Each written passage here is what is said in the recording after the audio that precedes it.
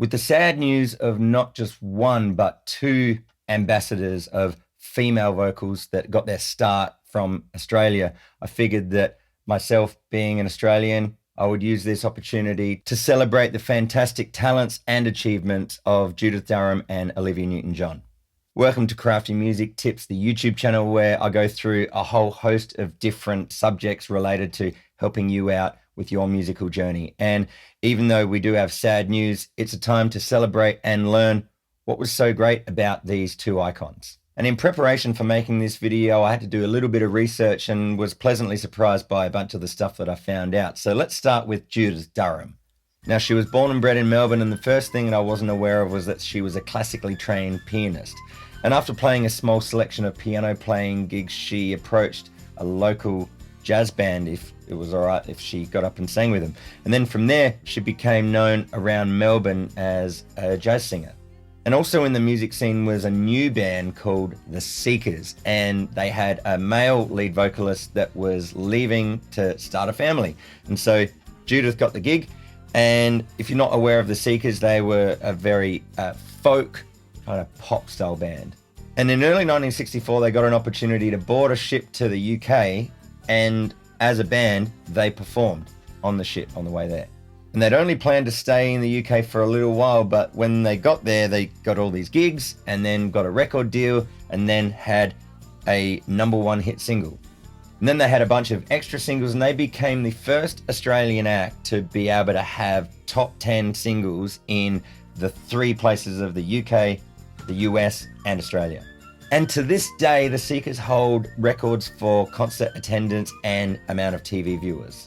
Now, curiously, into the 4th year of The Seekers' big success, Judith Durham decides to leave and go solo. And she has a great career as a solo artist, and then there was a bunch of extra, really well-welcomed, really well-received, successful Seekers reunions. And that's where I come in, because in 1993, their 25-year anniversary tour, I got to sit in the front row. My grandma bought our whole family tickets, and it was my first ever concert.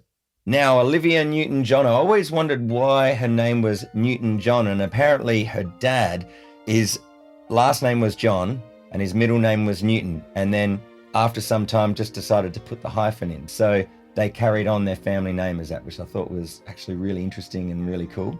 And Olivia's grandpa was none other than a physicist called Max Born that won a Nobel Prize. Now, similar to Judith Durham, Olivia had boarded a ship to the UK from Australia a year later in 1965, and she got the opportunity to do that through winning a talent contest. When she got to the UK, she wasn't having too much luck, and then a friend of hers came over from Australia called Pat, and they had a duo called Pat and Olivia. Now, the two girls did this for a few years, and when Pat moved back to Australia, Olivia had the opportunity to join a band called Tomorrow, which was the UK's answer to the Monkees.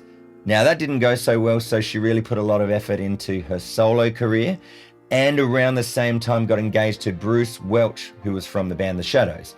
And if you're not aware, The Shadows was originally the backing band for Cliff Richard. And Cliff Richard had a weekly TV show which Olivia was invited on as a musical guest quite regularly. But sadly, the engagement doesn't last, but she meets a wonderful guy who becomes her manager, and then that leads her into, after having hit after hit single as a solo singer, then being cast in the movie GREATS. And then a couple of years later, she stars in the movie Xanadu, and then the next year brings out the song Physical, which was a huge worldwide hit.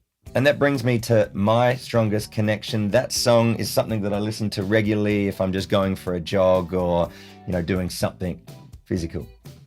Now, both women were ambassadors for Australia. They were an inspiration to many. If you're Australian, you're exposed to a lot of overseas artists. And when you have an artist that's really doing really well out there in the world and they're from your country, you have a connection to them, even if you're not directly into their music genre. And also in such a male-dominated industry, these ladies did such a good job in inspiring women everywhere, no matter where they're from. All right, now, what is it that you can learn? What is it that we all can learn from these two wonderful ladies? They had such a talent, and that's undeniable.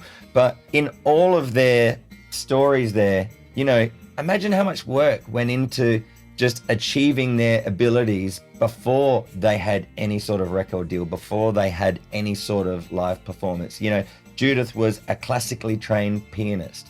You know, that ain't easy. That takes lots of time. And also in both of their stories, their hard work was consistent. You know, they never really slouched. They never really took any huge chunks of breaks. They just kept on kicking goals. An obvious thing about them both as well is that they're quite memorable. You know, if you hear the Seekers or if you hear Olivia Newton-John, you just know that it's their voice. You know, they've got such a distinctive sound. And if you see them, they don't look like replicas of anybody else. They've got their own unique look and they're very memorable.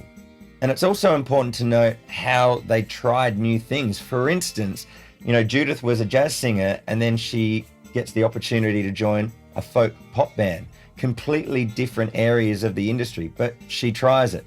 And then, you know, in the height of the success, she tries going solo.